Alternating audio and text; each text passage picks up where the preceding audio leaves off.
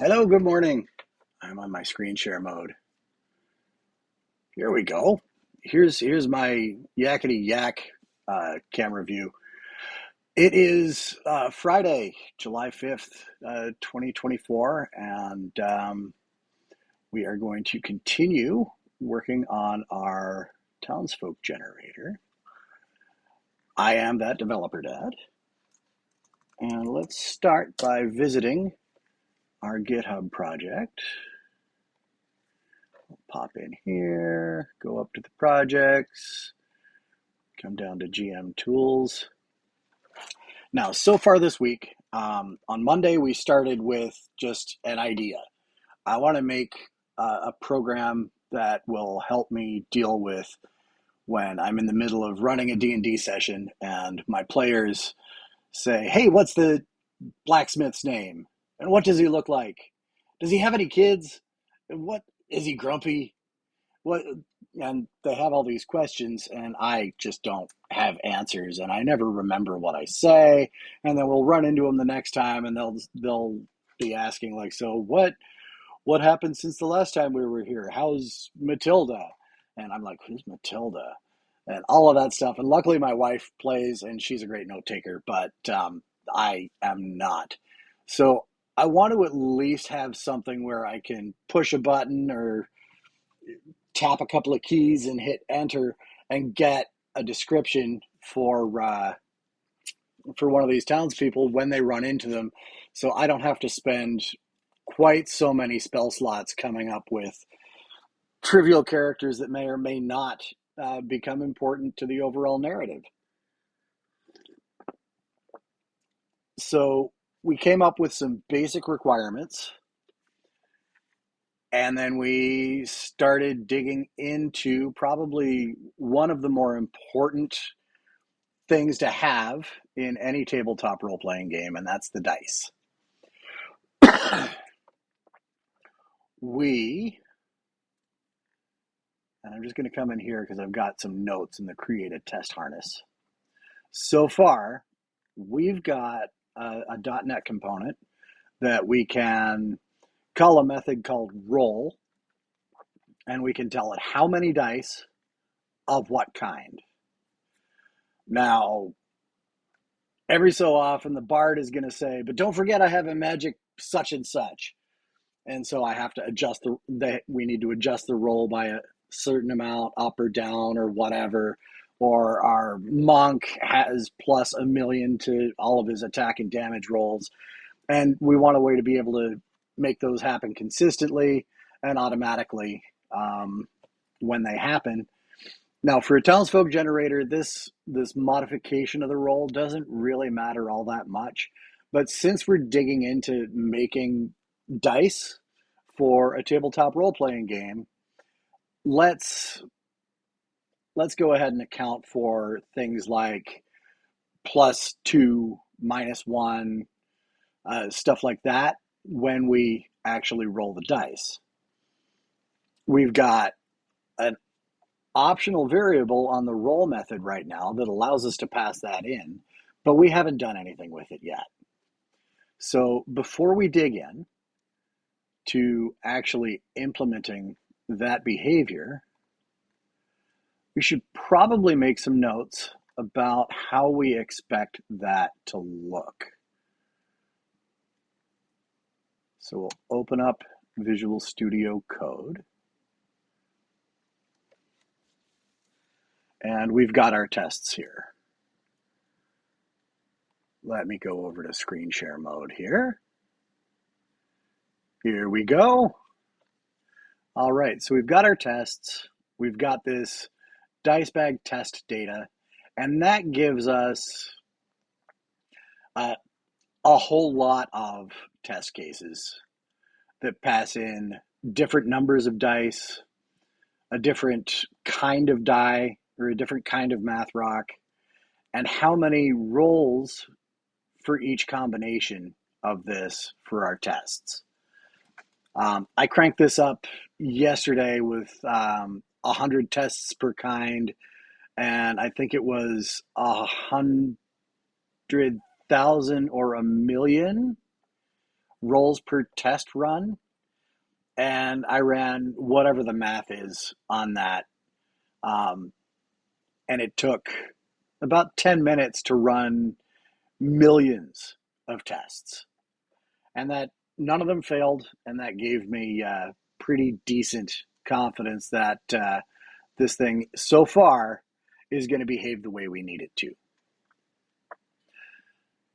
So this only accounts for the number of dice and how many math rocks. We're going to need another one of these dice bag test datas to be able to implement these other tests, but we'll come back to that. For now, let's rename this class because this is only going to work for unmodified. No modifier test data. There we go. And we should be able to, we'll collapse that, and we should see that change made down here, and we do. So great. I want to hashtag # region basic roll tests. And I'm going to scroll down to the bottom here. And after this method, I'm going to say end region basic roll tests. And I'm going to give myself some white space. And what that region does, a lot of people dislike using regions because it hides stuff in your code. I really like them because it lets me group sections of my classes, especially test classes, with it lets me group the test methods together and put them in logical order, logical groupings, so that when I'm looking through stuff, I don't have an itty bitty little scroll bar over here at the right. I can actually really focus in on the parts of my test classes that I'm currently interested in. And let's say these are roll modifier tests. We have to end our region, otherwise the compiler gets grumpy at us. And I always like to just add a comment with the region label on my end region sections. Something you can do just to visually break up your source code files is just add a comment with like a horizontal separation in between them. And then I'm going to leave space down there for more, for another group of tests when we get to those. So instead of trying to write test methods right away, I just want to very quickly list out what the things that we want to be able to take for granted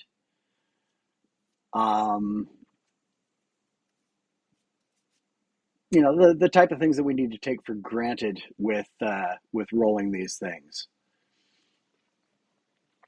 And 9 of 12 is asking in the chat. Let's see if I can do this. I don't want to click to reply. I don't want to pin it. Can I pull this over into the chat? No, I can't. I thought I had something set up that would let me make the add the comment to the chat area, but I mustn't have that configured correctly. So she's asking, are we just going to rely on players and dungeon masters saying or knowing what the bonuses are, or will we have a way built in to choose from a list of effects to add to the roll? In the townsfolk generator, absolutely not. What we're doing right now is we're making sure that the dice engine component is able to handle those scenarios, but we don't have a direct need for them just yet. That would be something that would happen in a user interface. And eventually, if I were to build like a combat tracker or uh, an interactive character sheet where, when it's your initiative turn, it comes up and it lists the things that you can do, it would pass those modifiers up to the service that's resolving the combat action. But that's way, way out of scope of this project right now. So let's focus back in on the modifier tests. And we want to, one of the assumptions is going to be when a roll result is modified, it will never go below 0.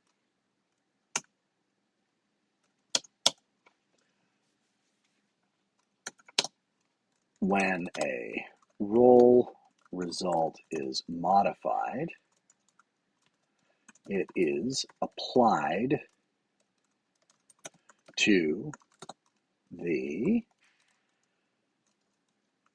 result of the dice roll. And I think we should make that one a higher priority test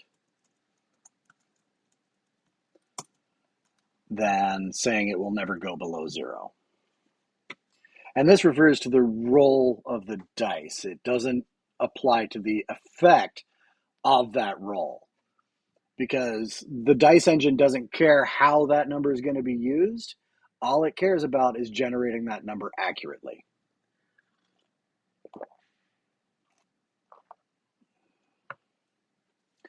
And there was one more that I thought of, and it fell out of my head, so I'm not going to worry about it.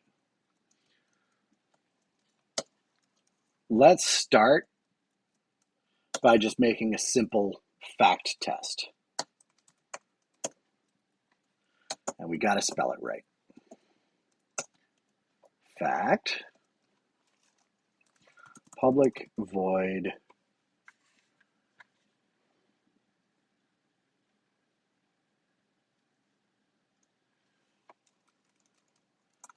dice bag, when result modifier is not 0, it alters the result.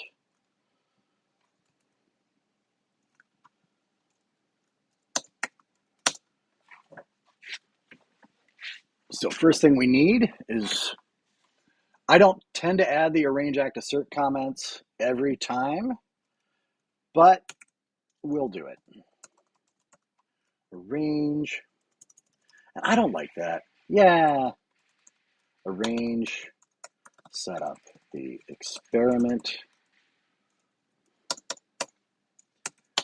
Act is do the experiment. And assert is analyze the results. So we've got our test object, and it is a new dice bag. Now, I don't like using var when I know what the type of the object is going to be. And I don't like using concrete classes to define types when I've got an abstraction that I can use instead.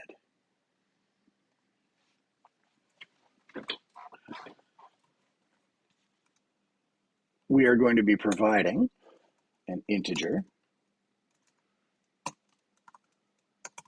And I've been using num dice and number of dice and stuff like that, but I'm calling these things math rocks. And we're just going to roll 1. Now let's roll 3. Math rock kind, rock kind equals, and let's roll a d6. And int result modifier equals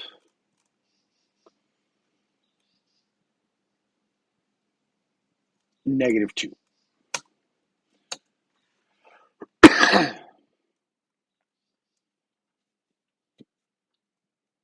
Let's see here. Expected range. So here we've got a bit of an interesting thing. We don't know what the dice are going to say when we're writing our test. However, we do know that after being modified, the results will be within a certain range. So what we need here is an int array, or we could just go expected min, and if we're rolling 3 dice, the minimum from 3 is going to be 1, but we're modifying that by -2, so our expected minimum is 1. Int expected maximum is not 2, it's 18 minus 2 is 16.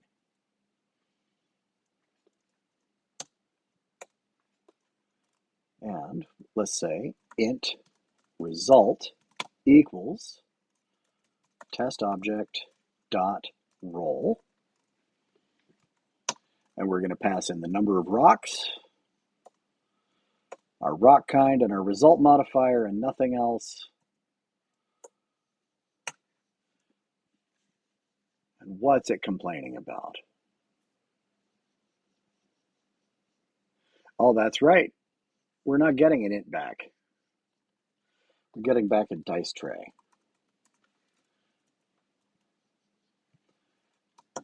Okay. Now,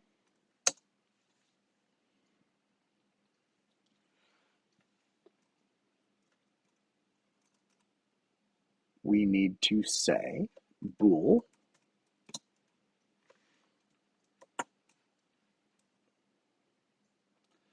we're going to do this up here. I started doing something a little different with my tests to make the assertions a little bit more readable up here.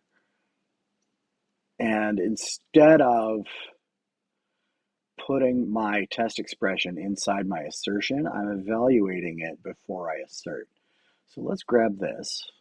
I'm just going to copy it here because we want to do the same kind of thing. Not exactly the same thing, but the same kind of thing. And, whoops, our theory statement is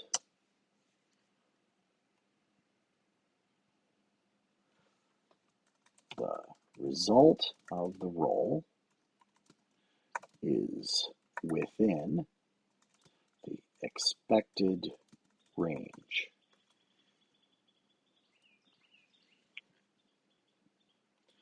And let's use a little bit of string interpolation. We'll do that. And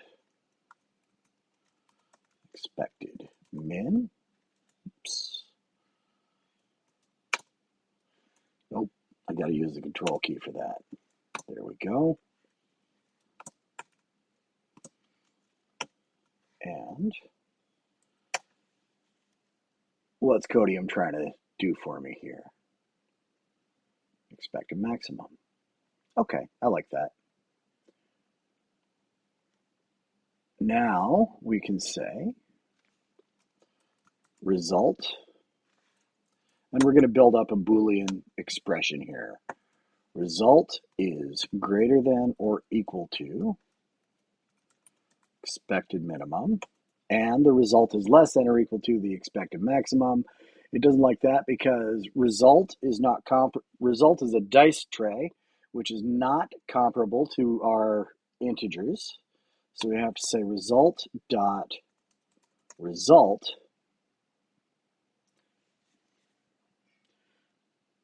Let's rename this.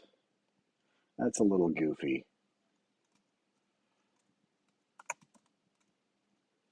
Let's just change it to dice. Rename again. Call it dice roll. There we go. Dice roll dot result is less than or equal to expected maximum. My spidey sense is already going off about this in a couple of different ways, but we'll get to it once we implement. And so now all we need to do is we need to make sure that our evidence, and we have to go assert dot true,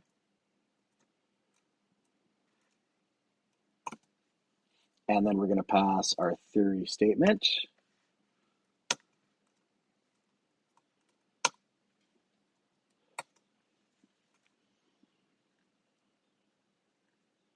And we've got ourselves a test. So let's pop this open. We'll rebuild.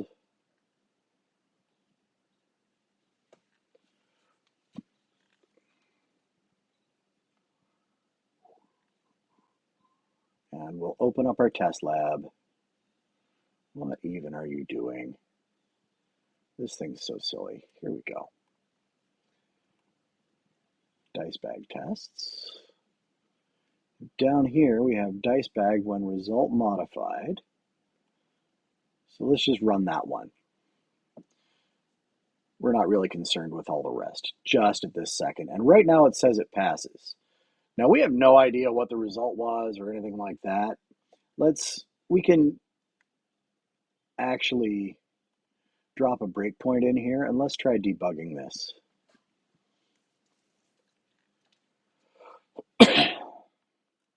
We've got our debugger working and we've paused. So I want to step over this and I want to see what our dice roll looks like. So our result is 13. Our roll count is 3. We've got all those, but there's no evidence that our modifier was applied. So how can we check that? We're going to have to make some changes. And we expected that. Let's go into roll. And we actually have to go to the implementation. Here, dice tray.roll. Here we are. All right. Let's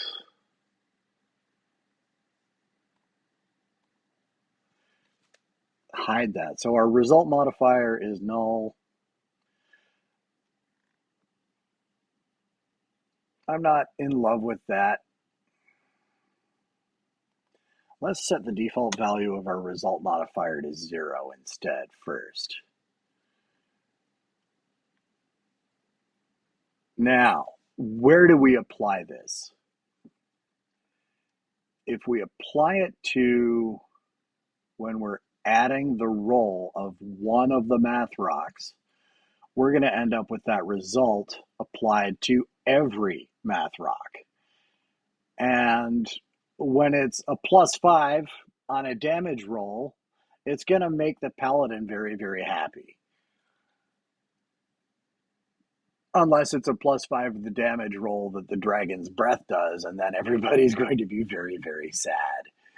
So we need to make sure that this result modifier is only applied once to all of the dice that got all of the dice in the tray.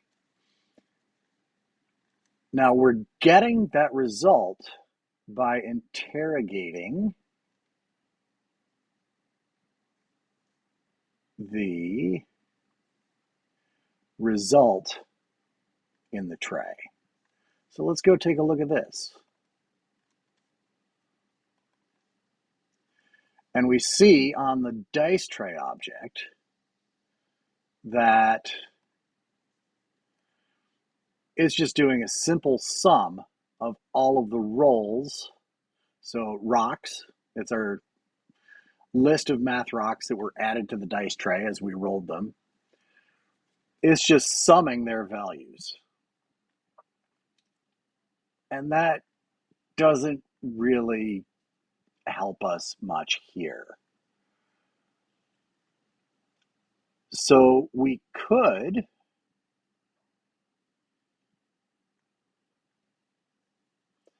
going to have to store that modifier somewhere. And I think we should store it in the dice tray because it represents one roll. So let's add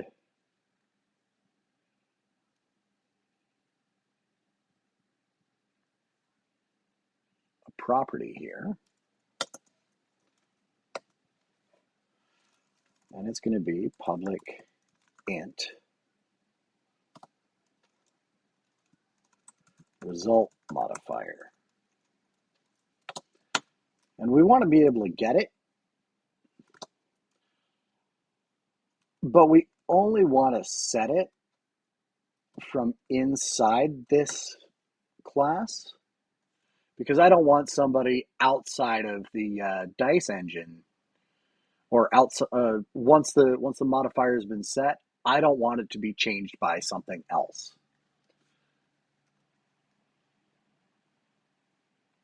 So we're going to add a parameter to the constructor up here, int result modifier equals 0. Now, I'm going to do this, int result modifier. So now we're requiring everywhere that creates a dice tray to pass the result modifier in, and that's going to cause me problems somewhere elsewhere in the software. And we're going to take a look at what those problems are in just a minute. But let's get this applied.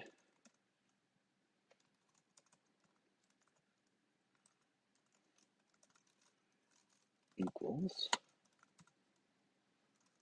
result, no underscore.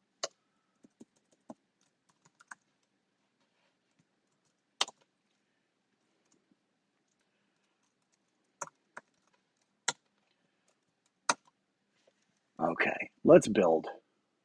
All kinds of stuff's going to break.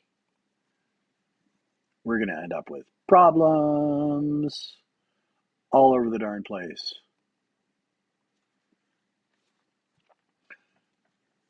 Well, I see that we've definitely got bugs up here in dice bag. So we need a new dice tray. Now we could just pass this result modifier in. And we're going to here.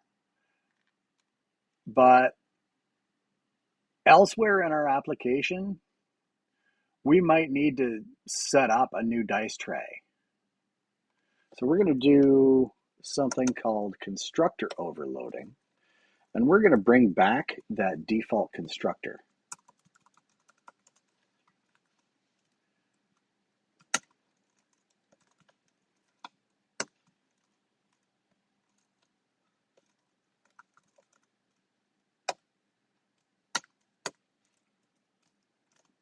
There we go.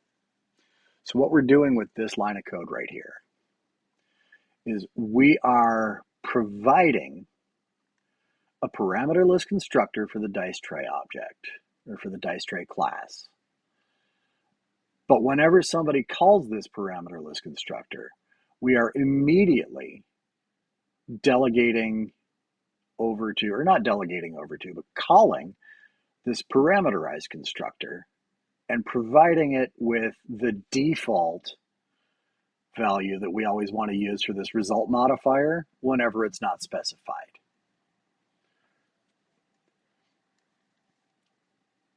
So no matter which version of this we call,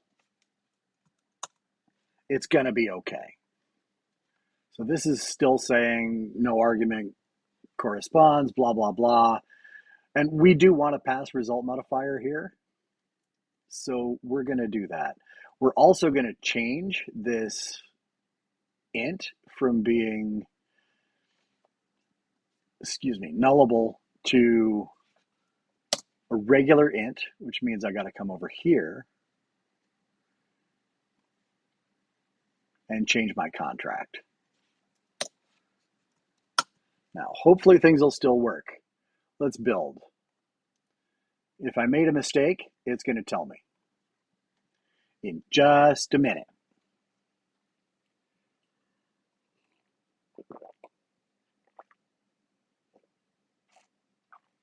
Oh, it doesn't like that at all, does it? I think I messed up my optional parameter. The value type of null, oh, duh. I have to change that to an actual int, not a null. Build. And here we go. Off it goes.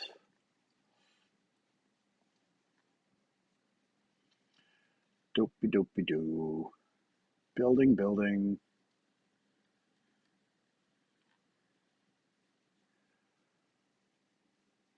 And there's that. It looks like it's okay. I want to exercise this stuff and make sure I haven't broken anything yet. So up here in my no modifier test data, I just want to run like a few rolls per test run, but I do want to run everything. So let's let this thing do its thing. Make sure I haven't broken any functionality. Make sure it's still all good. This is taking a little longer because it's got to rebuild everything. But okay, all of our tests still pass. We good. I'm going to put that back to 10,000. And we can shrink that up again. So that's the first thing we've done, is we had to change the dice tray to give it this new property. We're still not accounting for the modifier on our result. We're still only getting back the raw total of those of those dice. Now, if we just modify this property to say all the rocks, the sum of their values, minus the result modifier, we'll have no way of verifying that the modifier was applied. So I'm going to create a new public int modified.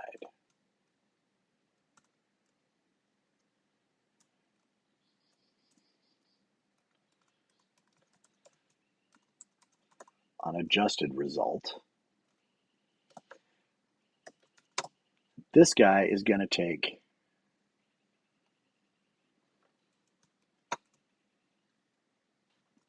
I'm going to put that back for now. That. And then our result is going to be unadjusted result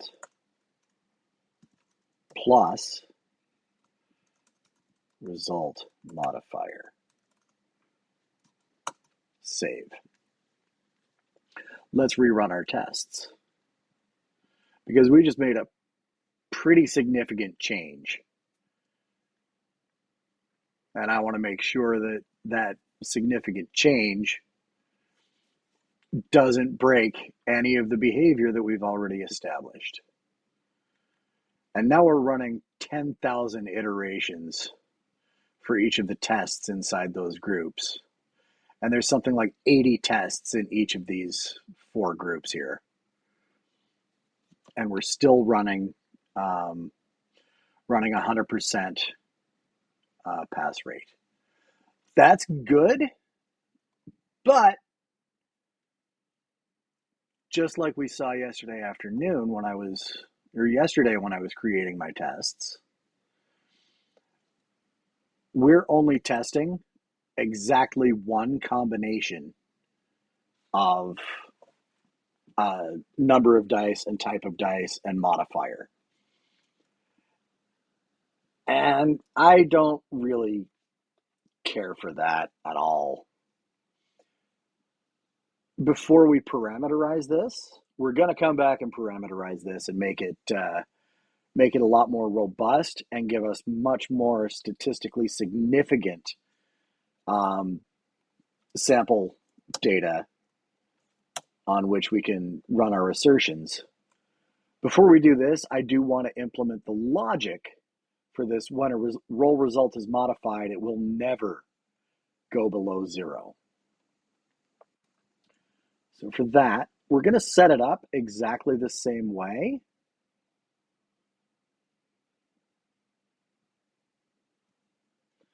In fact, I'm going to copy this. And I'm going to paste it right here. Actually, we're just going to copy this whole method. I just realized, no, that would be silly. What I am going to do is at least create the method header. So fact, public void, dice bag, underscore, when result modifier is not 0. And I'm starting to dislike using the word modifier for what we're doing here. The result will never be below 0. Whoops. Here we are. All right, now all of this stuff is going to be, it's going to look very, very similar.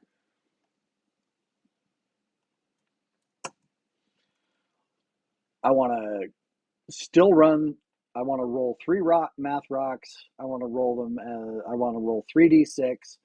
We're going to adjust the result by -2. No, let's get extreme. Let's adjust the result by -18. And the expected minimum, well, we're not going to have an expected minimum here because we're not testing for within range.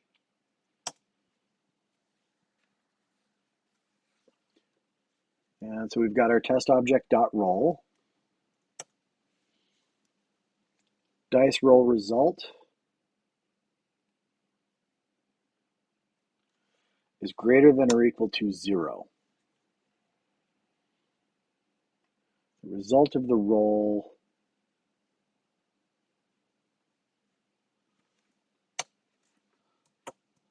of any adjusted roll must never be less than 0.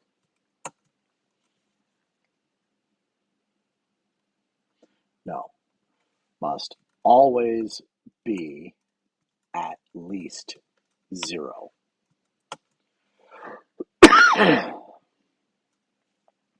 So So bool evidence equals dice roll dot result is greater than 0. We've got this. And just to make sure that we break the logic, let's put in a value that is certain to drive the result below 0, even if we roll an 18. Will it let us run our test? Yeah. Let's run test at the cursor. It's gonna fail. It is absolutely going to fail.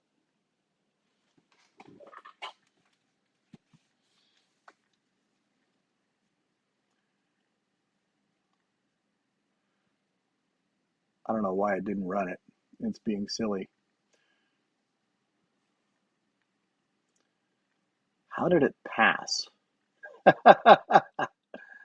Dice roll dot result is greater than 0. How could that possibly have passed? Let's see what's going on here.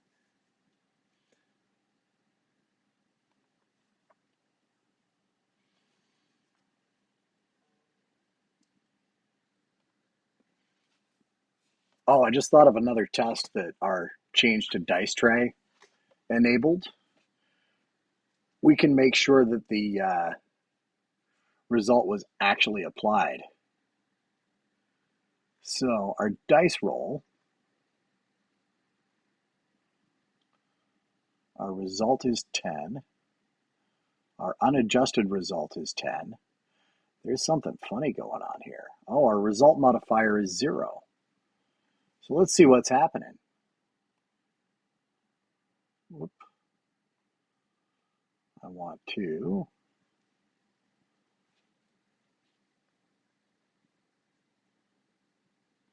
jump to the cursor. Here we go. And let's step in here. See what we've got. Our number of dice is 3. We're rolling d6. Our result modifier is negative 20. And are we doing anything with that result modifier? Absolutely not. I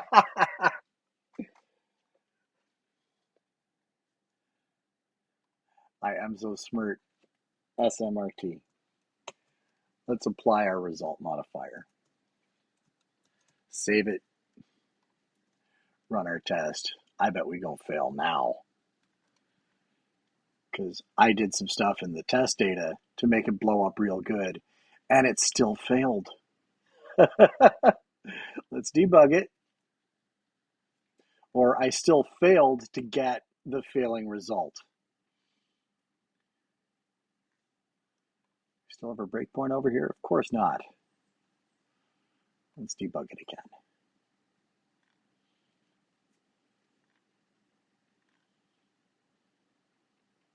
Here we are. Let's step in.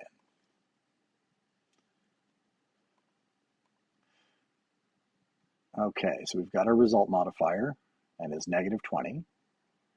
Step, step, step, step.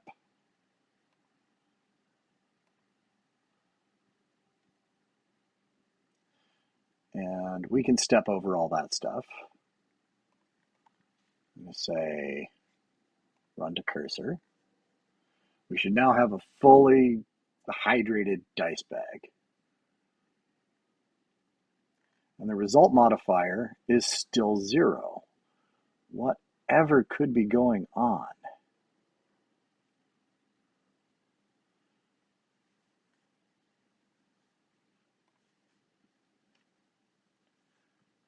So let's take a look inside our constructor here. Go to the definition. We have to, we're assigning the property value back to itself.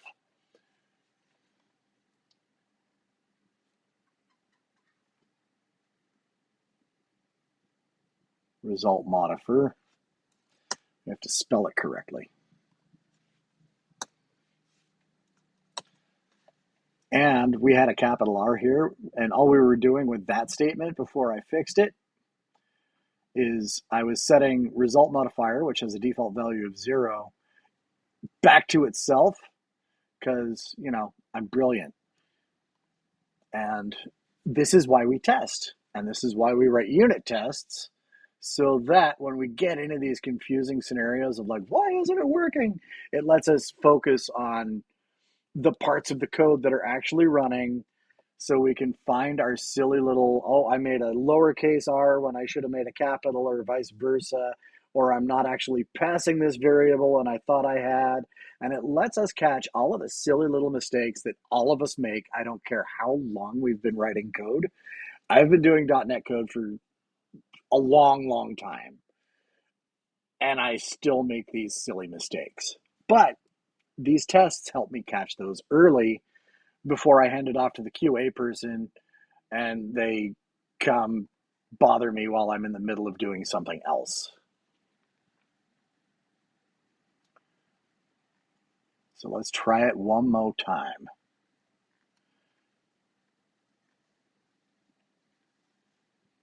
And we're on our breakpoint. Let's go ahead and step in. We're good there. Let's just evaluate our dice tray.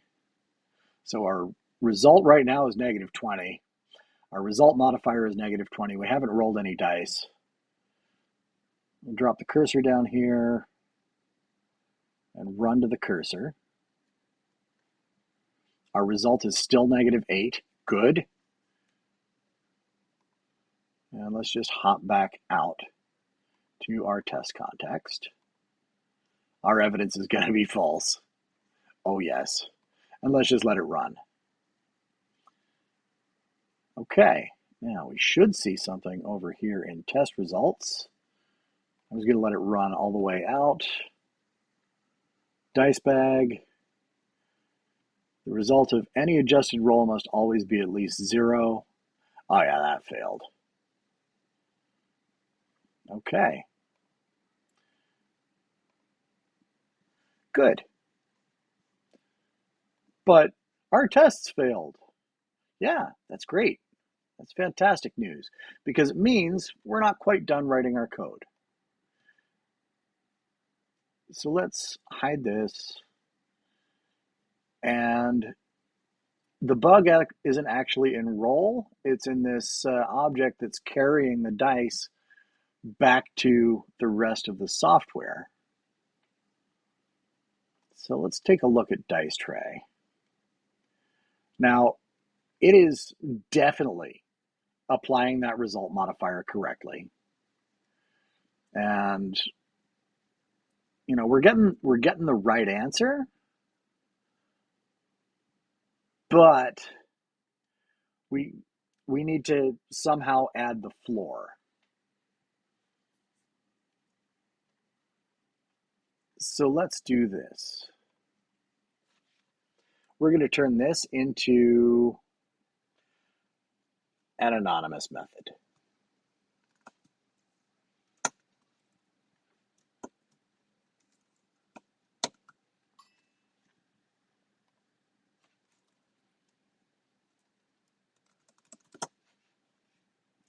Did I do it right? I don't think I did it right. Okay, we can get rid of those parens.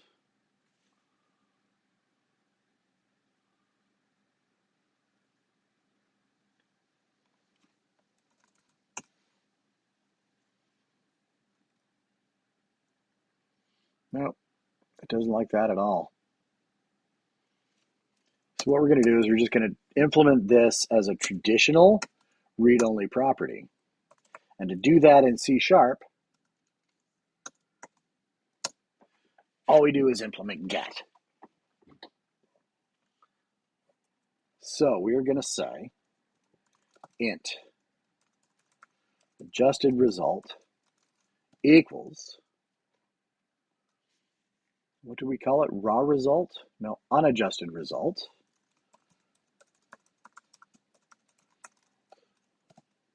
Plus result modifier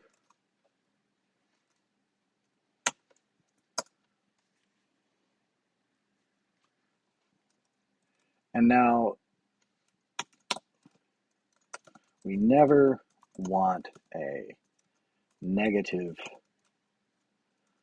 result from our dice rolls. If less than 0, set it to 0. If adjusted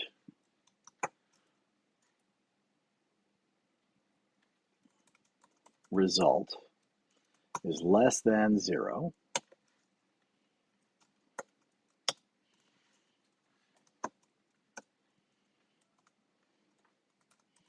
adjusted result equals 0.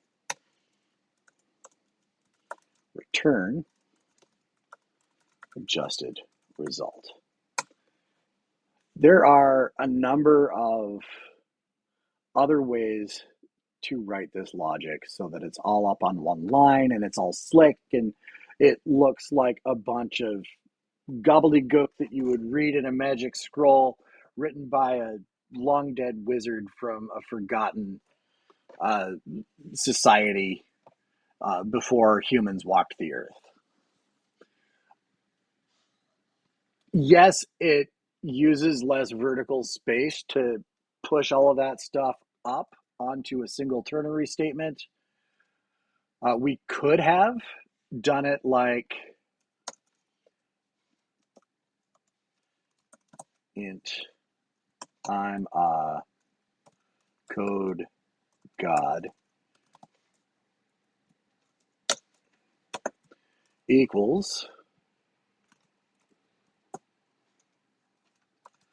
unadjusted result minus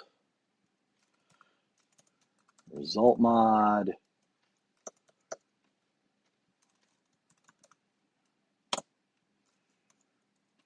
is less than 0, then 0 else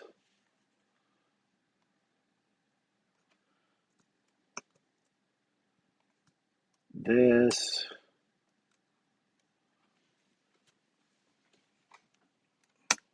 But that's not super readable. We could also have like pulled our lambda expressions down in here and all that stuff. And let's keep things simple and explicit and one thing at a time. And in 6 months, when I come back to look at this code, I'm not going to spend any time scratching my head wondering what the heck I was thinking or doing when I wrote it.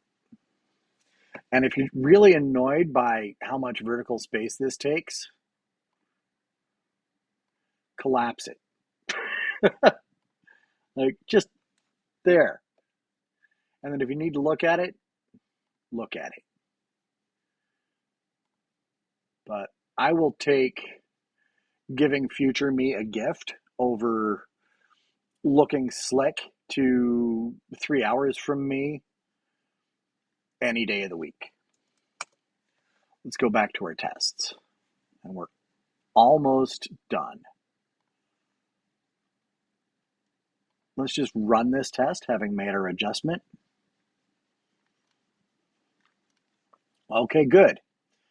So we now know that if we try this once, it's going to give us the right answer.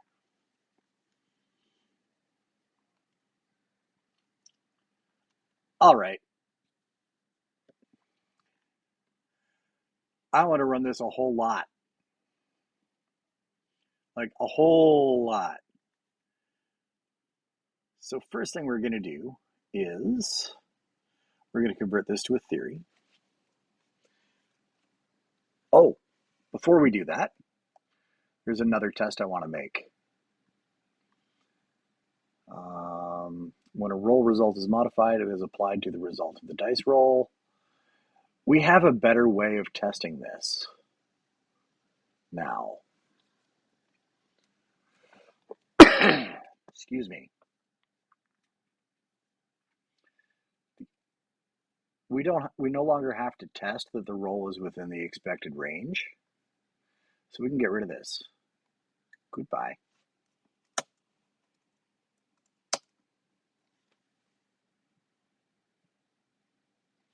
We can now say that, let's pop out of here.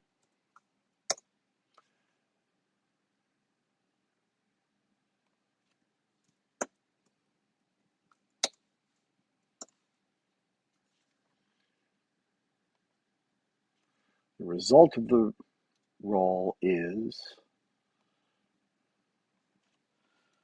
adjusted by the modify amount. Get rid of the colon there. Dice roll result does not equal dice roll dot, is it unmodified? Unadjusted.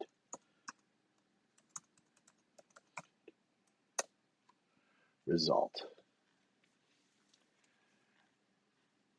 And that's going to be great until the modifier is 0.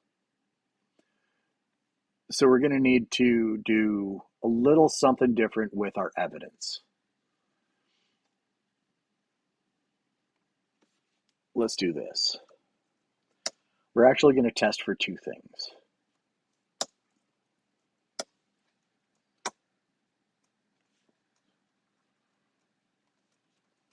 We are going to say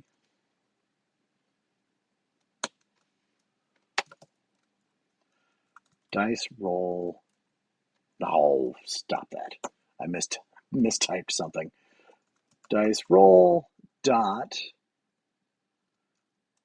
modifier is not equal to 0, and so that's clause number 1.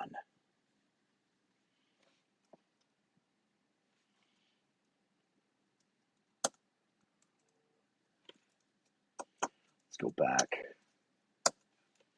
and I want to tab in, or else dice roll dot result modifier equals 0, and we can copy this,